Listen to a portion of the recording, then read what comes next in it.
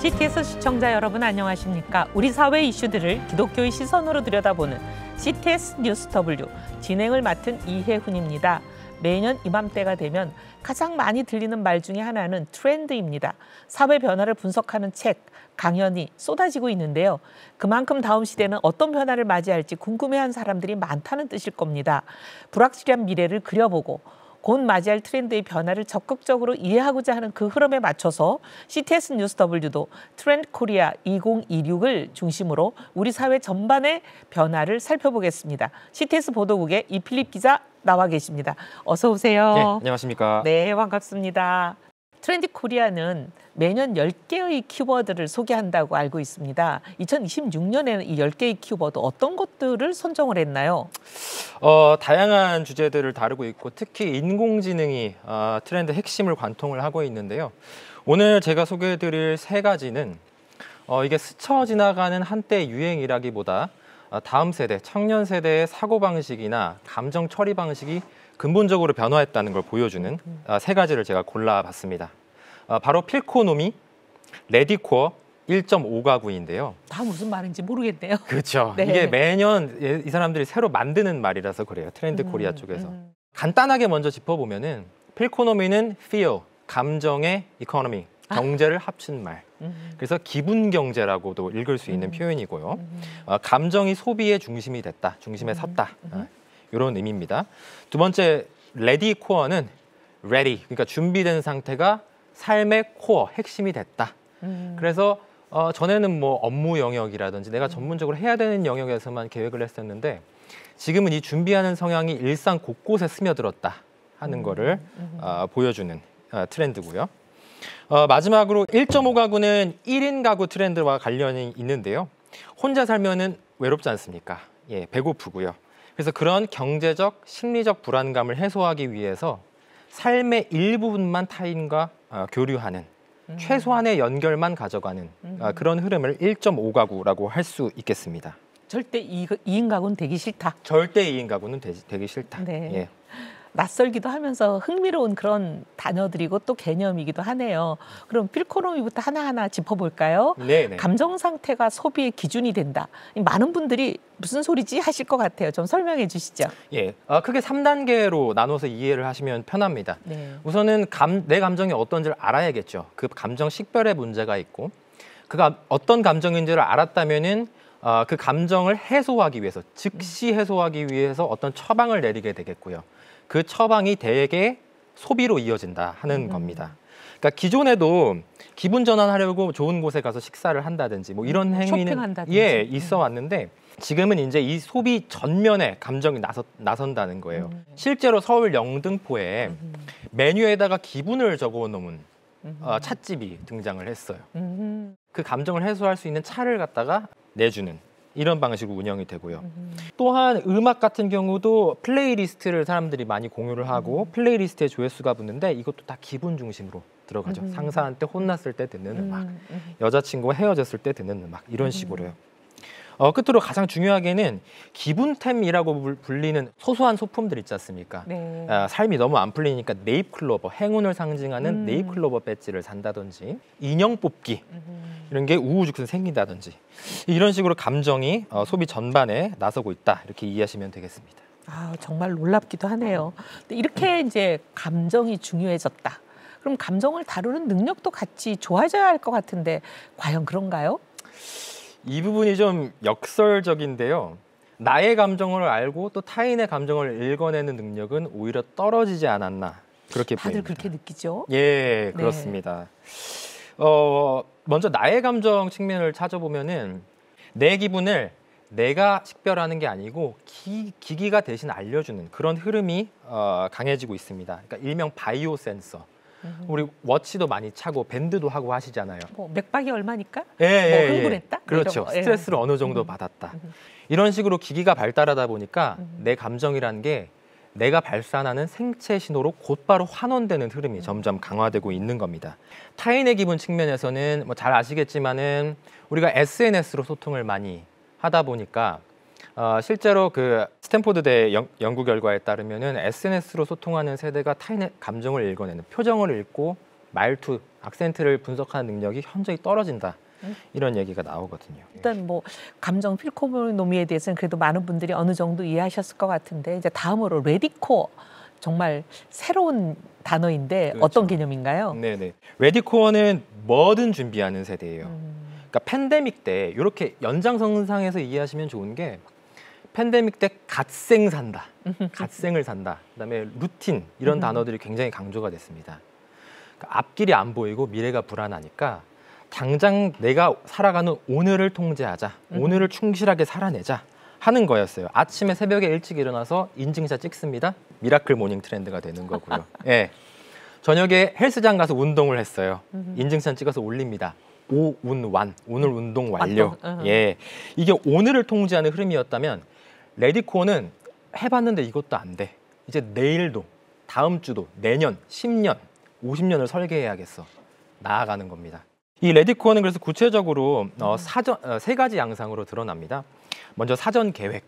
왜 계획 경제라는 말이 좀 유행을 했잖아요. 머리 한번 자르려고 해도 예약을 해야 되고, 밥 먹으러 식당을 가려도 예약을 해야 되고, 축제도 예약을 해야 갈 수 있고, 모든 게 예약 중심으로 돌아가는 영역이 점점 늘어나다 보니까는 그런 이제 주변 환경도 이 트렌드를 가속화했다는 분석이 있고요.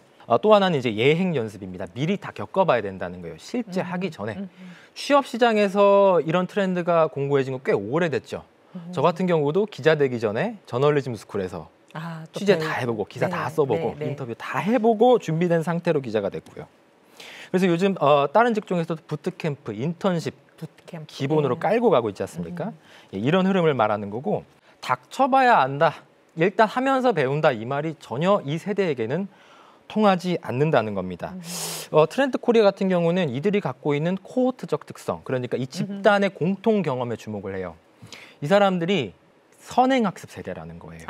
네네. 예, 자율학습 세대고 하루 일과가 꽉 짜여진 채로 학창 시절을 쭉 보내고 나니까는 이제 자기 삶의 전반에 그걸 적용하네. 그럼요.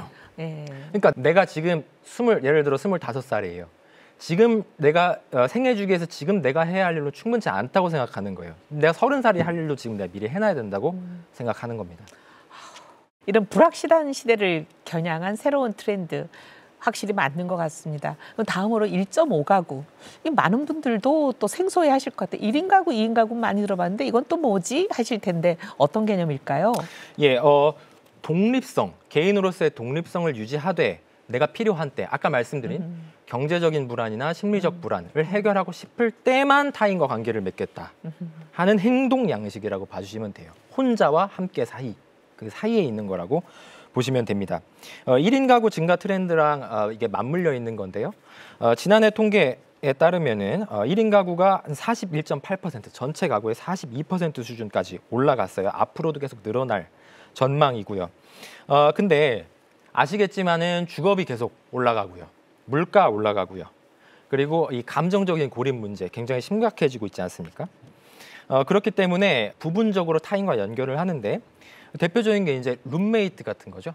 둘이서 주거비가 부담스러우니까 같이 살지만 생활 패턴, 일어나는 시간, 자는 시간 다 다르고 냉장고에서도 칸 나눠서 따로 쓰고, 그리고 어떤 생활의 규칙이나 규율 같은 거 서로 침해하지 말 거 룰을 다 꼼꼼히 정해놓고 시작하는 겁니다. 종합을 해보면 요즘 사람들은 감정 처리 능력은 상당히 떨어지고 있는데 감정을 더 옛날보다 중시하는 그런 트렌드인 것 같습니다. 그리고 불확실성을 피하려고 모든 걸 계획하고 필요한 만큼만 타인과 공유를 하고 내 거는 건들지 마, 이런 개념인 것 같습니다. 예, 맞습니다. 근데 이렇게 겉으로 드러난 현상만 보면 이렇게 무지막지한 사람들이 없어요. 근데 피곤하겠어요, 당사자들은. 바로 제가 그 말씀을 드리고 싶었던 건데, 그러니까 겉으로 드러난 것만 보면 내 감정이 제일 중요해, 타인의 감정은 잘 모르겠어. 그리고 살다 보면 말씀하셨지만 예측할 수 없는 상황이 일어나고 갑자기 일어나는 일들에 대응을 잘 해야 됩니다. 근데 그걸 견디지 못해요. 엄청난 스트레스로 받아들이는 거예요. 그리고 딱 필요할 때만 우리 함께 하자. 그러니까 겉으로 보면 굉장히 비호감인 사람이 연상이 되는데, 근데 이건 현상이고 제가 말씀드리고 싶은 거는 이 이면에 이 현상을 만든 원인이 뭔지를 한번 따져보자는 겁니다.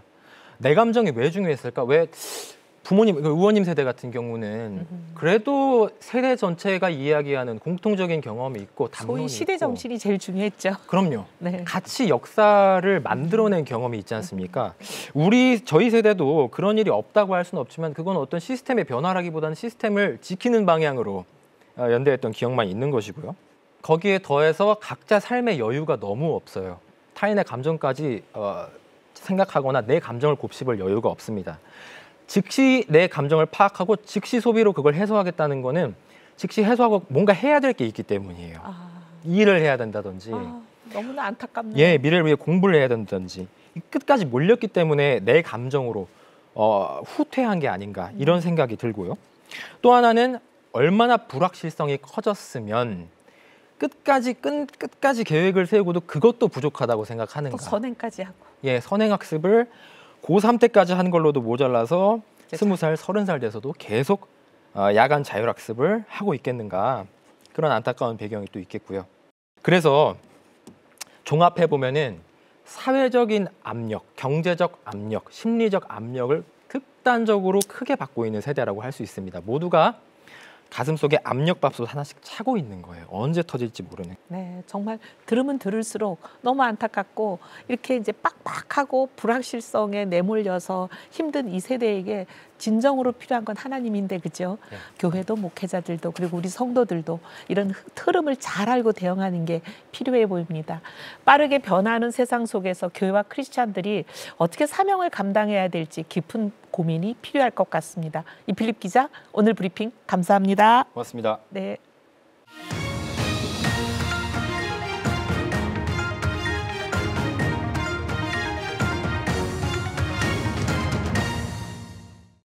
이번 시간은 윗포커스 시간입니다. 우리는 수많은 콘텐츠의 홍수 속에서 버튼 하나로 원하는 정보를 찾고 즐기는 시대를 살고 있습니다. 그중에는 기독교를 희화화하거나 반기독교 정서를 부추기는 영상물들도 요즘 넘쳐나고 있는 것 같습니다. 이번 시간에는 영화로 세상과 교회를 잇는 다리 역할을 할 뿐 아니라 더 나아가 신앙과 영화의 만남을 일상의 문화로 확장하고 있는 뜻깊은 기독교 영화제를 소개하고 또 그 의미에 대해서 함께 짚어보겠습니다. 서울국제사랑영화제의 부집행위원장이자 필름 포럼의 대표이신 나요한 목사님 나와주셨습니다. 감사합니다. 안녕하세요. 어서 오세요, 목사님. 예. 서울국제사랑영화제가 2003년에 시작돼서 어느덧 22번째. 굉장히 오래됐습니다. 어떤 영화제인지 아직 모르시는 분들을 위해서 좀 소개해 주시죠. 서울국제사랑영화제는 사랑이라는 주제, 기독교의 핵심 가치죠. 이것을 바탕으로 비경쟁 국제영화제입니다. 경쟁하지 않고 이 가치를 많은 이에게 전하고 또 그 복음을 전하는 것에 목적을 두고 2003년에 서울기독교영화제로 시작해서 현재는 서울국제사랑영화제로 22회를 맞이했습니다. 아무래도 영화가 종합예술이다 보니까 그 종합예술을 바탕으로 음악, 그리고 영상, 또 다양한 문학에 이르기까지 컨텐츠를 하나에 모아서 이 영화제를 축제로 벌이고 또 함께 나누고 있는 그런 영화제를 알 수 있습니다. 네, 영화를 통해서 세상의 희망의 빛, 평안의 메시지를 전하는 참 의미 있는 영화제다 이렇게 생각이 듭니다. 서울국제사랑영화제 어떤 길을 걸어왔는지 조금 더 자세히 설명해 주실 수 있으신가요? 시작의 중심에는 장로신학대학교 총장이셨던 임성빈 교수님의 문화선교연구원이라고 하는 것을 좀 기억할 필요가 있고요. 1998년에 설립했던 이 문화선교연구원은 문화를 통해서 우리가 우리만의 것이 아니라 세상과 또 사회와 소통하고 교류하는 그러한 콘텐츠를 연구하고 또 제작하고 했었습니다. 음악뿐만 아니라 뮤지컬 또는 문학 여러 장르에 이르기까지 하나씩 펼쳐가다가 2003년에 이 기독교, 특별히 영화로 세상과 만나다라고 하는 이 가치를 바탕으로 기독교 영화를 시작했던 거죠. 그런 기독교 영화제가 점점 발전돼서 2013년에 10회째 서울국제사랑영화제로 아예 보편적으로 확장을 시켰고 현재까지 이제 오게 됐습니다. 오히려 더 많은 사람들이 관심을 가질 수 있게 좀 문을 더 여신 거라고 봐도 되겠네요. 그렇습니다. 네. 서울국제사랑영화제 외에도 또 이제 기독교 영화제들이 있는 걸로 알고 있는데요. 이 서울국제사랑영화제만이 갖고 있는 다른 영화제랑은 우리가 이런 게 다르다. 그런 특징이나 차별점이 있을까요? 아무래도 명칭부터 좀 드러날 수 있을 것 같은데요. 말씀해 주셨던 것처럼 서울국제사랑영화제는 기독교 영화제로 시작했지만 그런 보편적인 가치를 대중들과 또 넌 크리스천들과 나눌 수 있는 영화제다라고 할 수 있습니다. 단지 기독교 영화뿐만 아니라 누구나 쉽게 이해하거나 또는 감동을 받을 수 있는 예술영화, 독립영화 또는 대중영화도 저희는 함께 상영하면서 그렇게 외연을 계속 확장하고 있다라고 하는 것이 첫 번째이고요. 아무래도 저희는 필름 포럼이라고 하는 영화 극장을 운영하고 있습니다.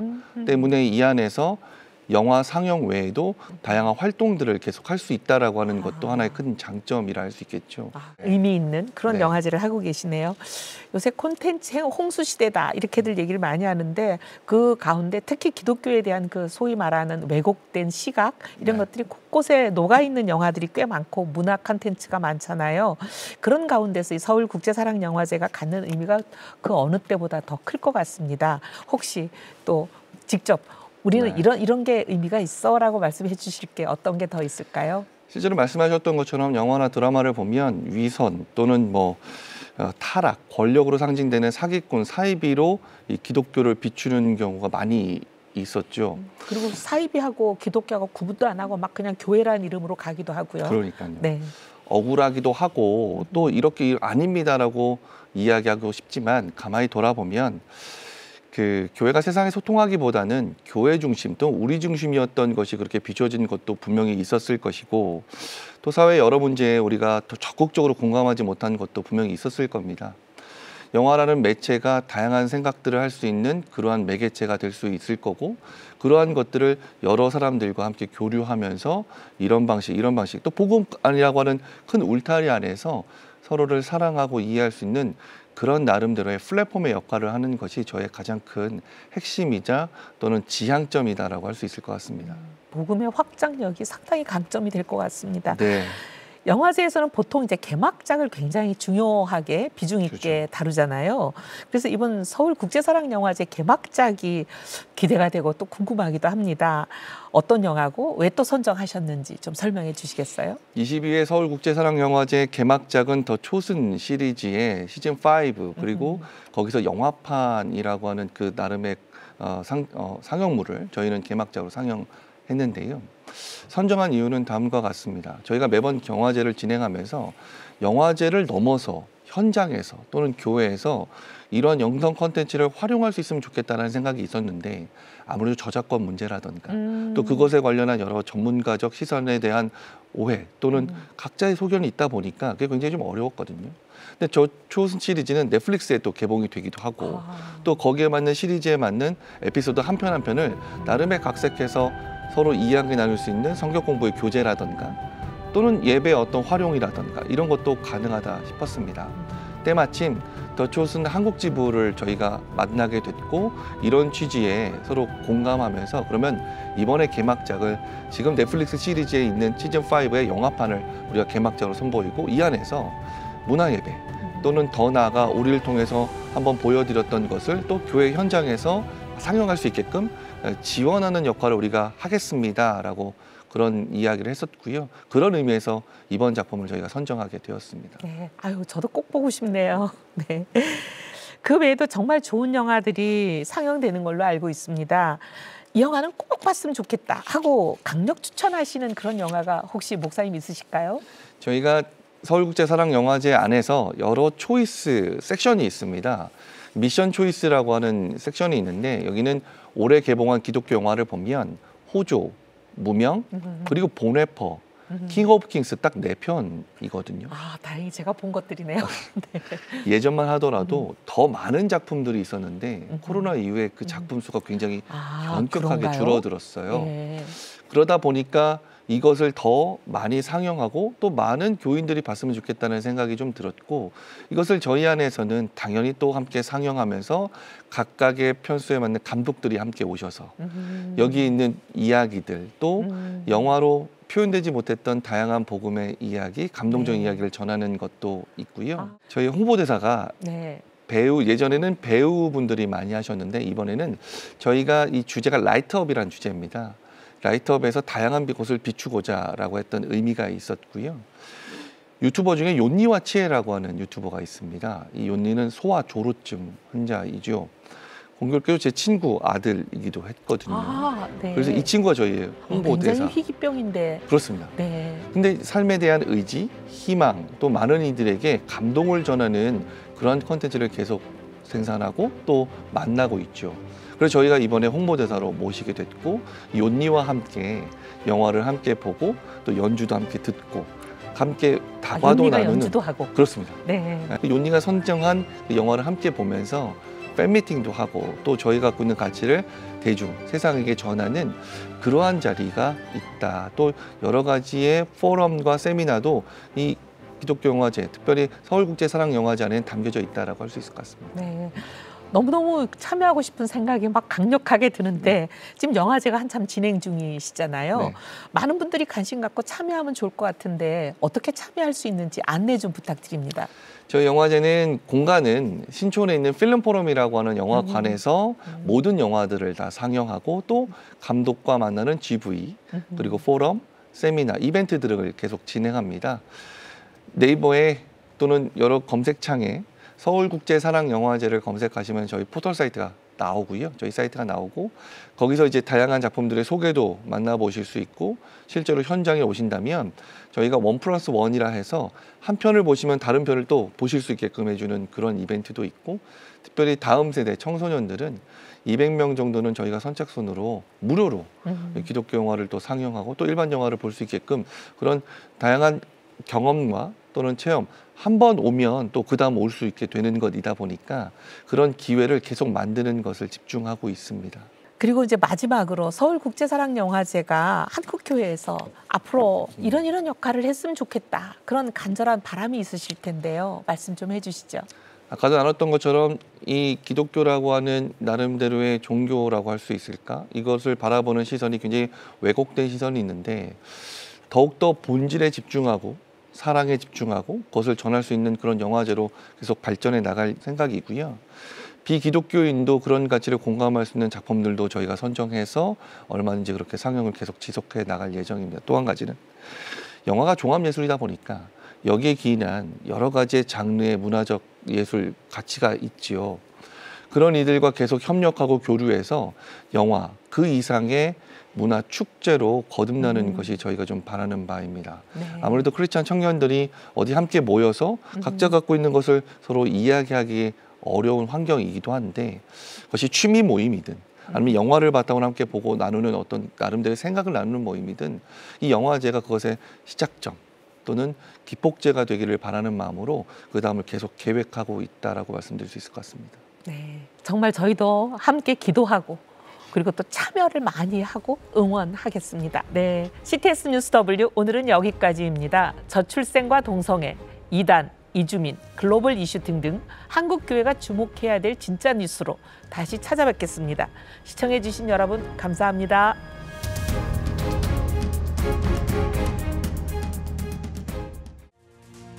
지금 한국 교회는 복음의 능력이 필요합니다.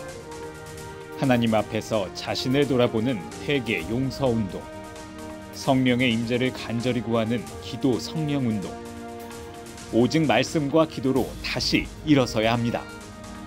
한국 교회가 복음의 능력을 회복할 때 나라와 민족을 살리고 다음 세대가 믿음으로 바로 설 것입니다. 예수 그리스도의 생명의 복음으로 하나 되는 한국 교회. 개혁주의 생명신학이 예수 생명의 마중물이 되겠습니다. 이 캠페인은 기독교대학의 글로벌 리더 백석대학교와 백석총회가 함께합니다.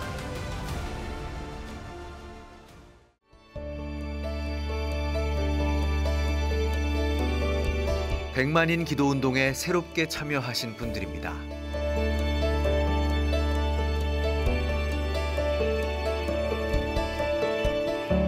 백만인 기도운동을 통해 보내주신 후원금은 국내는 물론 전 세계를 향한 CTS의 영상 선교 사역을 위해 소중하게 쓰이고 있습니다.